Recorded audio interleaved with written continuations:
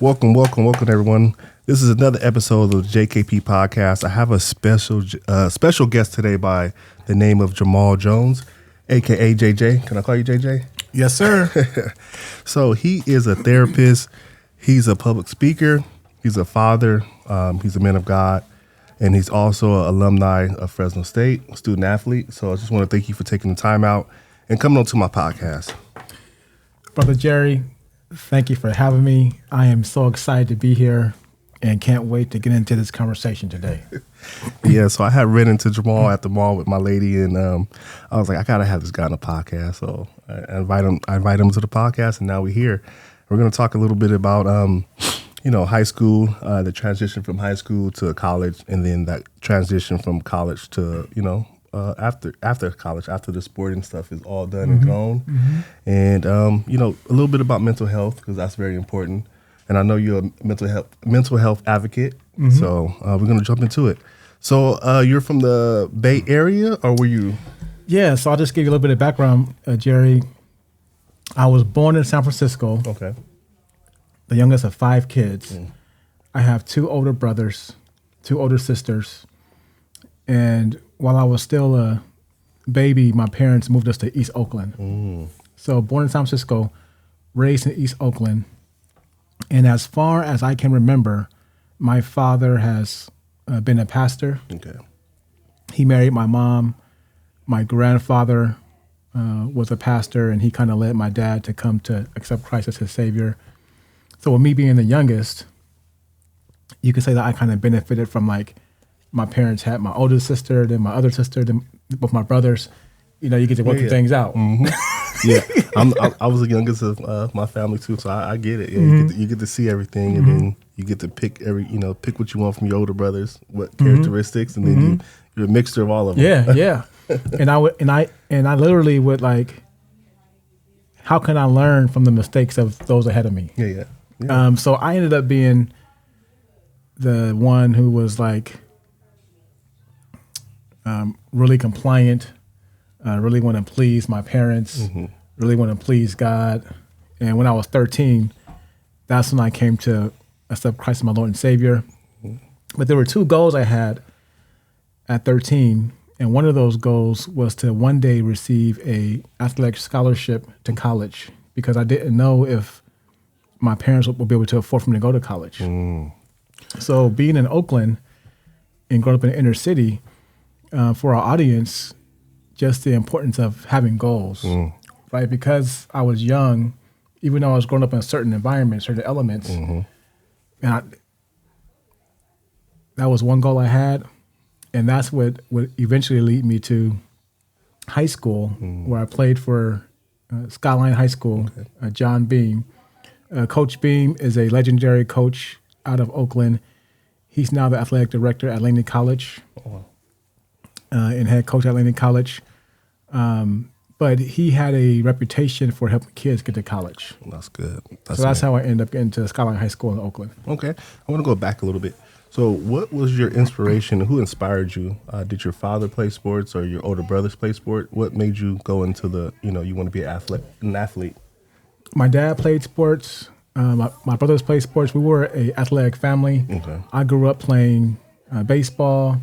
I boxed for a little bit. Okay. I loved basketball. Basketball was actually my first love. Oh, wow. I didn't know that. And, in the inner city, there's so much talent out there. And it's a great outlet. Yeah. Like, in terms of just, like, instead of just getting involved in negative things, I mean, sports are usually a really good outlet.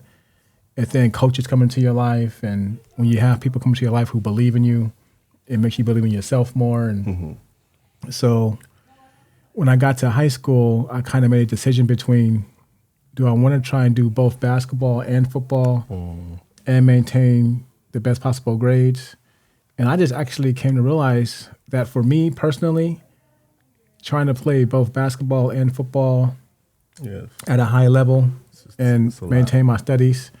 So I just kind of went ahead and decided to commit to football because it seemed more natural for me and it seemed more promising. So I want to do some little. In high school, you got an award for, I think, MVP and then most inspirational player of the year. So when did you become that motivational football player for your team? Like, when did it start? High school, Pop Warner, that you started motivating the team? Because you did it in college as well. So yeah, that's a great question. Go ahead. No, I was going to say, when did that kick in? I think it's the way God wired me, Jerry. We all have our gifts. We all have our abilities. We all have our limitations as well. But looking at my life story, going back to my childhood, whether it's even before high school, middle school, elementary school, I've always been like a really positive person, an encourager. I have a faith orientation. Not everybody has the same faith as I have, but my faith has been beneficial in terms of like, it is a source of hope. It is a source of strength. And it kind of overflows into every part of my life. And to your point, in high school, I was voted most inspirational player, most valuable player. I was junior prom prince. Oh, wow. Senior prom king. All the accolades. You was busy in the Bay, huh? I was busy. I was at school. I was playing sports, and I was going to church and doing youth activities in the church and stuff. So that's good. My life in the high school was basically church, school, and football. That's good. And so I know you said you were at a high school, and then you went to Skyline because you transferred because the coach, he was a legendary coach, John Beam. So what made you transfer to that school? I know the coach was giving out scholarships, and you wanted an athletic scholarship, and you left your friends behind, and they were rivals now. So how was that transition of your? It was tough. It was me, Gino Vitale, Tamarcus Tyson, and Cedric Hurst. Okay. And it's like having your core on the team, like, because we were playing for the Oakland Wolverines. Okay. Like in middle school, it was a type of basketball team. We also played some baseball together. And you growing up in the hood, and you got your friends, and you making plays, and you winning and stuff. And so we were like the core. And so in junior high school, we were playing at King of States Junior High School, and we were winning and dominating. And all three of them, Cedric Hurst, Tamarcus Tyson, Gino Vitale, all three of them decided to go to Fremont High School. But I had heard that if I really wanted the best opportunity to receive a scholarship for football, that John Beam had the reputation for making that happen. So at the time, and I was being recruited by a basketball program at McClymonds High School over in West Oakland. Oh, so really in terms of decision making, because in life we all get these crossroads, right? For me, that was a defining moment. When do I go to Fremont High School? Do I go to the west side, to West Oakland? I grew up in the east, so it was nice to get offered to go to the west. Yeah, but it wasn't going to happen. I knew better than that. I just could not. I had no vision of myself being from the east side, going to the west side to go to high school and get my beat, or having to hold it down. You know what I mean? So different environment. Yeah. But it was a defining moment in terms of like, and I actually lived in the Castlemont High School school district. Okay. So there was Castlemont, Fremont, McClymonds, or Skyline, and one of our buddies, his mom allowed us to use her address to go there. Yeah, in Skyline. I know how that goes. So, yeah, you want to go to a certain school, but your address is not in the code area. Yeah, I did that too. So yeah. Okay, so I want to transition from after high school to you getting that scholarship, playing for Pat Hill. What was that freshman year like for you? Tough. It was a hard transition because I'm a achiever. And up until college, pretty much every goal I set in my life got accomplished. Got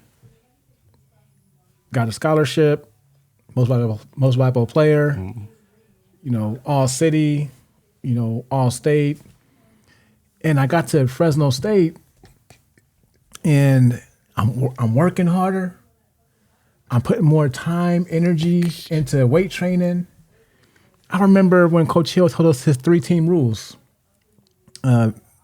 be there, do your best, and treat others like you want to be treated. That's like 3 rules. That's easy. But that being there was tough. Yeah. Be at practice, be at breakfast, be at academic game plan. Study hall. Be at study hall. And for the first time, I was actually having more demanded of me, but I felt like I was achieving a lot less. And that was hard. And it was tough to redshirt my first year. Okay. That was humbling because I went into there thinking that I was going to go to college and play right away. And I redshirted, and which means I wasn't on travel squad. And sometimes you feel like you may not be contributing to the team like the way you usually do as a starter, full-time player. It's a reality check. And my story, the way it played out at Fresno State, I never became a full-time starter. Oh, wow. Okay. So my career at Fresno State is where I learned how to like face adversity, deal with disappointment, a sense of failing. And again, working harder, working smarter, but it's just so much, it's a much higher level of competition. Oh, yeah. It's very competitive. Yeah, But we had some great teams. I got there in 2000, redshirted. My redshirt freshman year, I did make travel squad. Okay. So I was on a travel team. And you were a linebacker. You started at linebacker, and then you transitioned to fullback. Okay. I was a linebacker in 01, and this was David Carr's senior year. Okay. And this is the year that put Fresno State on the map because we came out and we beat Wisconsin on the road. That's a big one. We beat Colorado on the road, and we beat a really good, I think, third-ranked Oregon State team at home. And we were undefeated up until we ended up losing to Boise State at home. The rivals. And then the following week, we lost to Hawaii. But that year, 01, was the year that we kind of anybody, anytime, anywhere. Yeah. That's the Pat Hill blew up. favorite little slogan. Well, that's good. So I want to talk about a little bit more about, okay, we talked about your freshman year and stuff like that when you transitioned from high school to college. I want to know a little bit about, like, we talked about the travel, stuff like that. What are some things that you most remember about playing that era from 2001 to 2005? 2000 through 04. I remember the Bulldog personality. We played tough, hard-nosed, aggressive, fundamental football with fanatical effort for as long as it takes to win. Still remember, look. Don't go away, huh? And I remember the special team constitution. We have a big play, big hit reputation. We play like the hammer. We fully understand relationships. Hammer. We take the ground that belongs. We take the ground that belongs to us. And there's more to it. Yeah. But I also remember the camaraderie. When you play football, it's a fraternity. Yeah. It's a brotherhood. Yeah. Because you're competing at a high level together. You're getting homesick, and you're clinging to each other for support.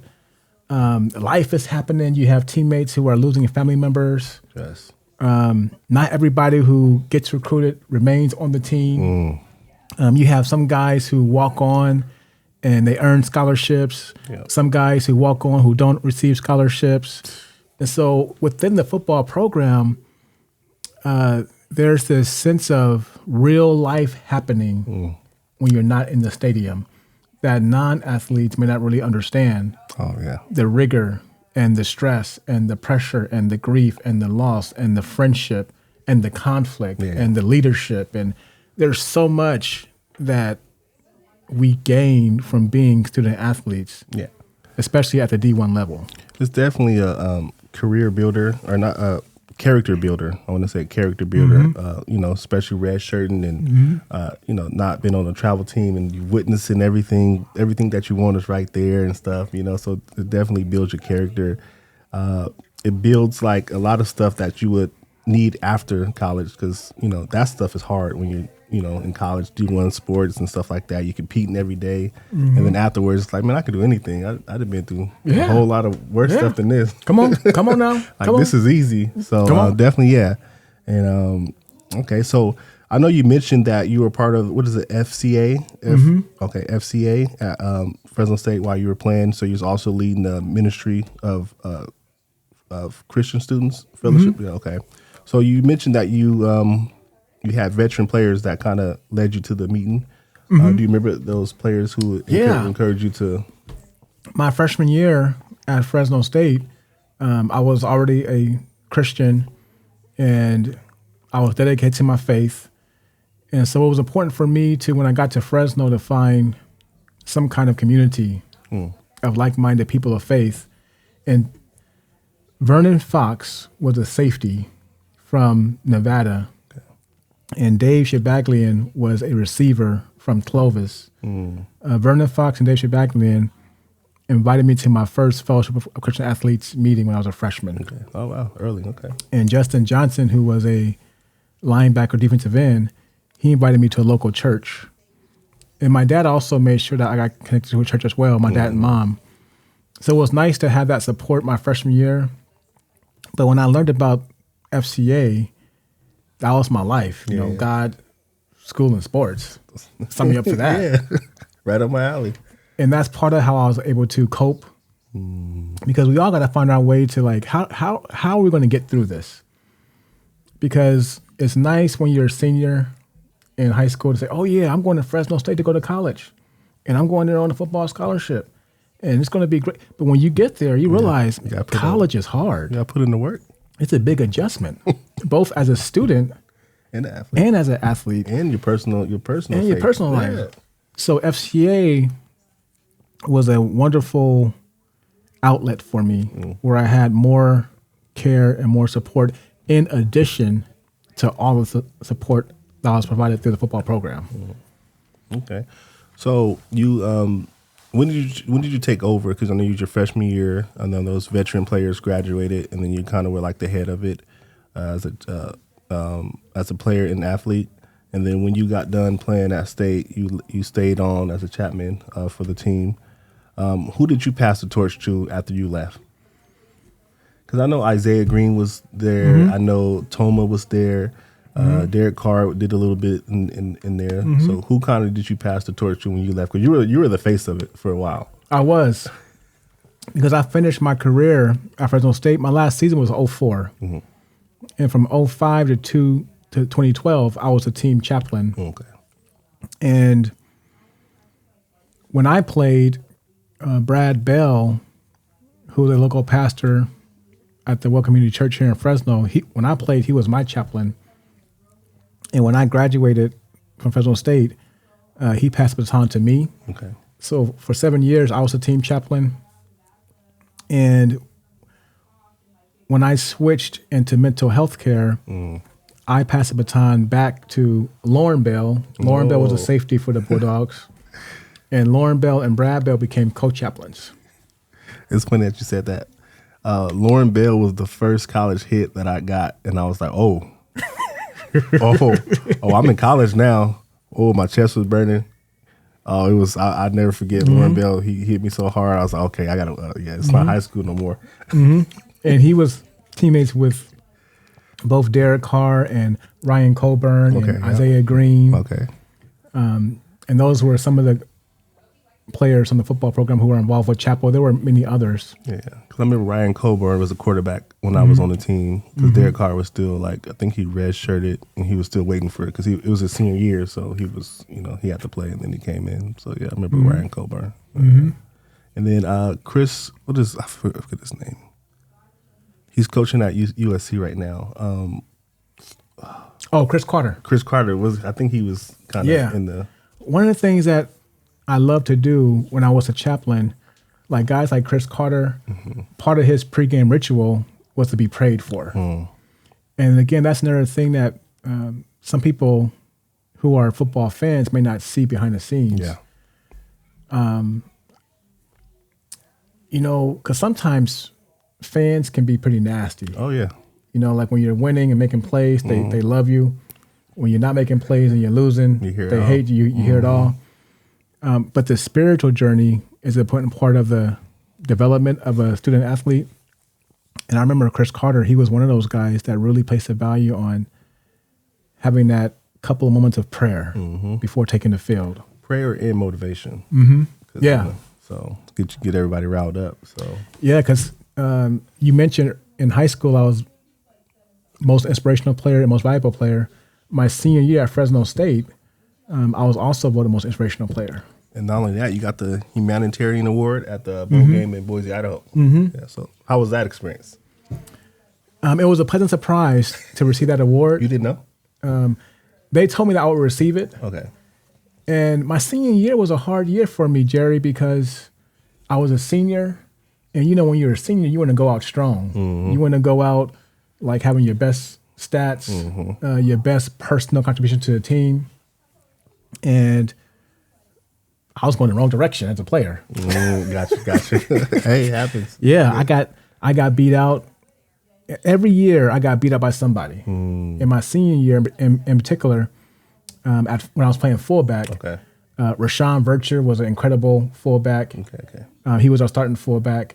Nate Adams was a fullback who walked on and earned a scholarship. Oh, wow. We also had Robbie Dubois, Matt Rivera. So I was in the backfield with some really good players. And we even had some H-back type guys like Steven Spock. He was a tight end, but he would play some H-back and some fullback. We had Bryson Sumlin. I was behind all those guys as a senior. And I'll end it with this for my senior year. My senior year, I was placed back on scout team. Oh, wow. Okay. So I share those stories just for those people who are listening to your podcast, who are really competitive and they're working hard and they have dreams, they have hopes. And sometimes, for whatever reason, things don't play out the way that you want. No. But I remember my senior year, I'll never forget it. I was so honored that in the midst of my personal struggles, I had no idea how closely my teammates were watching me and how I was dealing with all of that adversity, and how I was dealing with embracing my role on the team. Because, you know, football is ultimate team sport and life is an ultimate team sport. And so that sense of being a good teammate and knowing your role on the team, knowing your role in society, knowing your role in your family is crucial. And so what my role I discovered was to be a source of inspiration to my teammates, which is also important, right? It very may not be important. throwing a touchdown or recovering a fumble, but we all need motivation and inspiration over the course of a long season. Yeah, no, that's really good. I didn't know that. I just found that out right now. So yeah, that's very important. And just to piggyback off what you said, you know, going into college, you have these expectations, you have these goals, and sometimes, you know, it's very competitive. You know, very competitive. Like I was a walk-on. I was on scout team all 3 or 4 years. So you know, I did a little special teams here and there. But I enjoyed every bit of it. Of course, it didn't pan out the way I wanted to.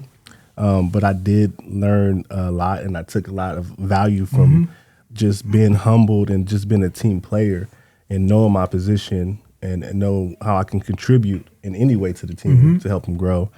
And then just after that, just, you know, in everyday life, you know, taking that experience and, you know, as I grow up as a grown man and learning those values and stuff, like, you know, it's helpful. Yeah. You learn a lot, and it's humbling. It's very humbling.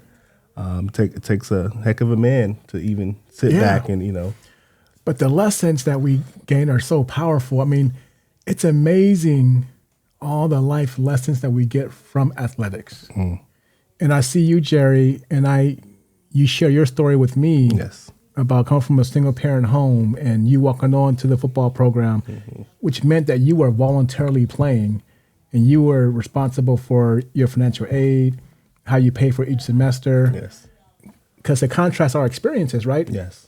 There were times for me as a scholarship player where I genuinely wished I was a walk-on so I could walk away from the game. Walk over you, right? Like, I don't want my scholarship no more. Yeah.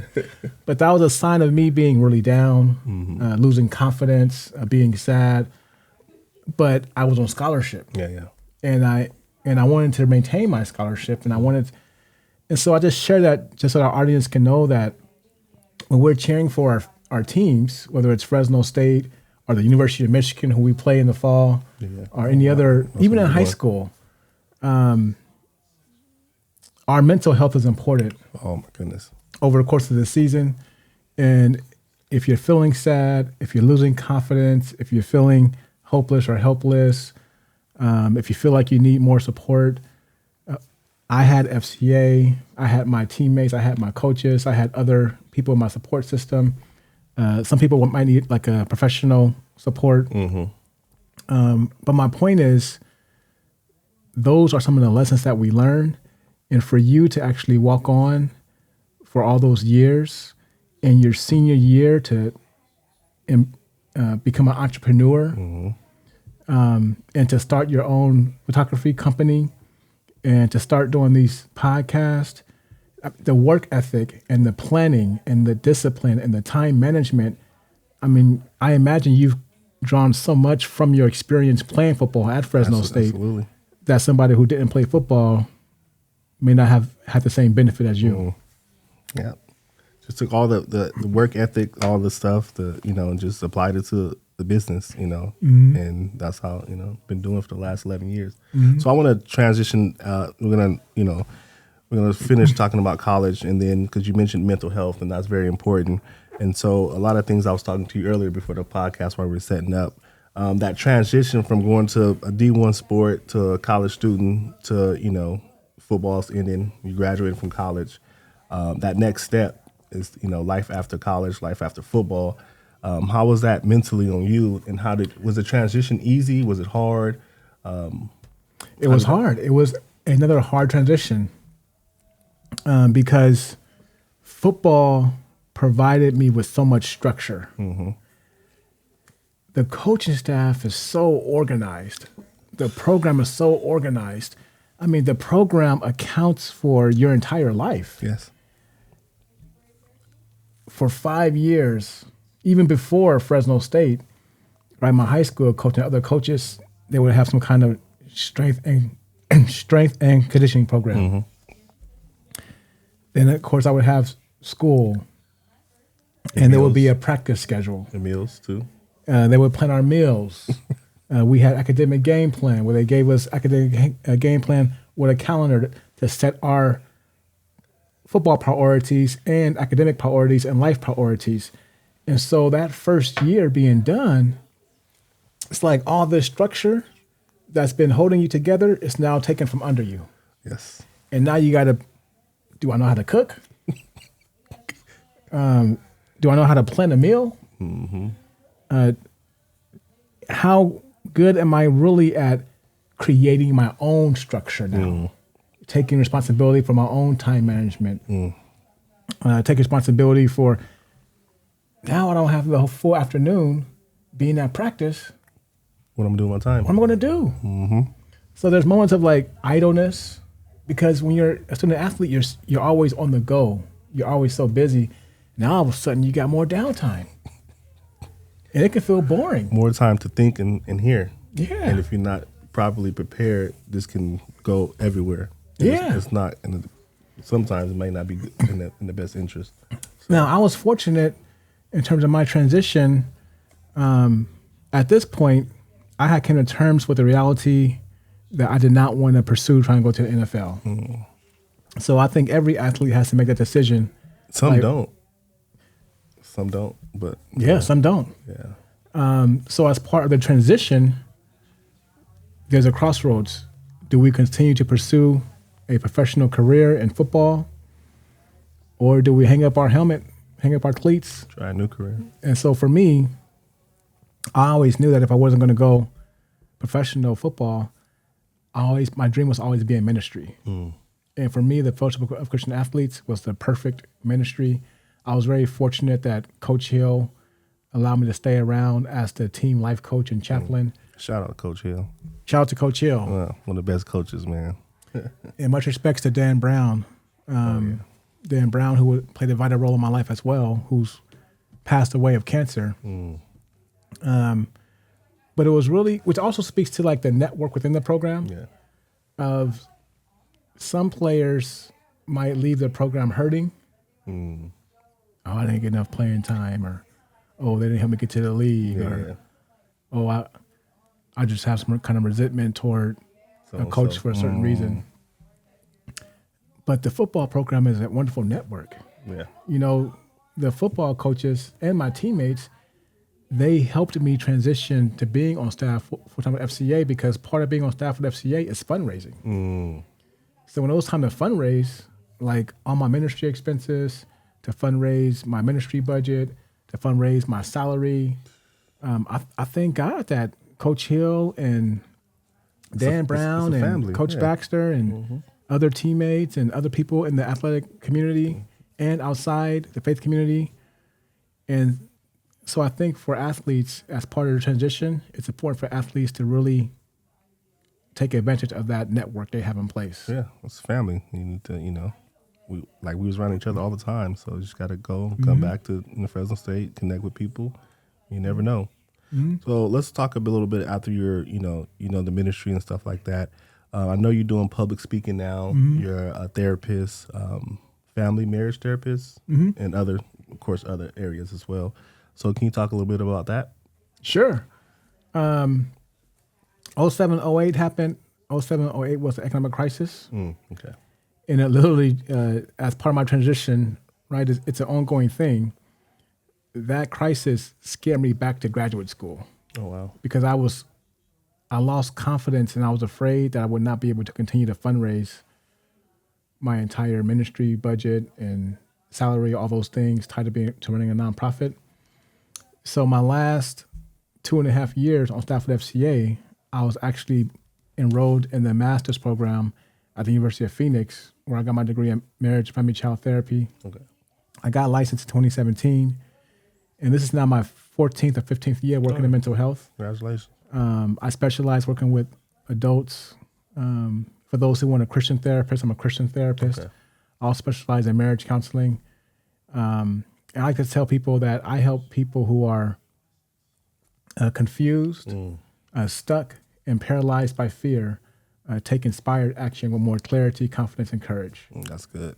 Whether it's as a licensed therapist, as a speaker, or as a growth coach for other therapists in private practice who need help building their practices. That's good. I know we ran into you at the mall with my lady again, and I feel like we had a free session. We were in there, we were chopping it up. He's laughing. He already know. So I feel like, it was. I think it was meant to be that I ran into you because I needed it. I know she needed it, and I know we're going to be hitting you up soon.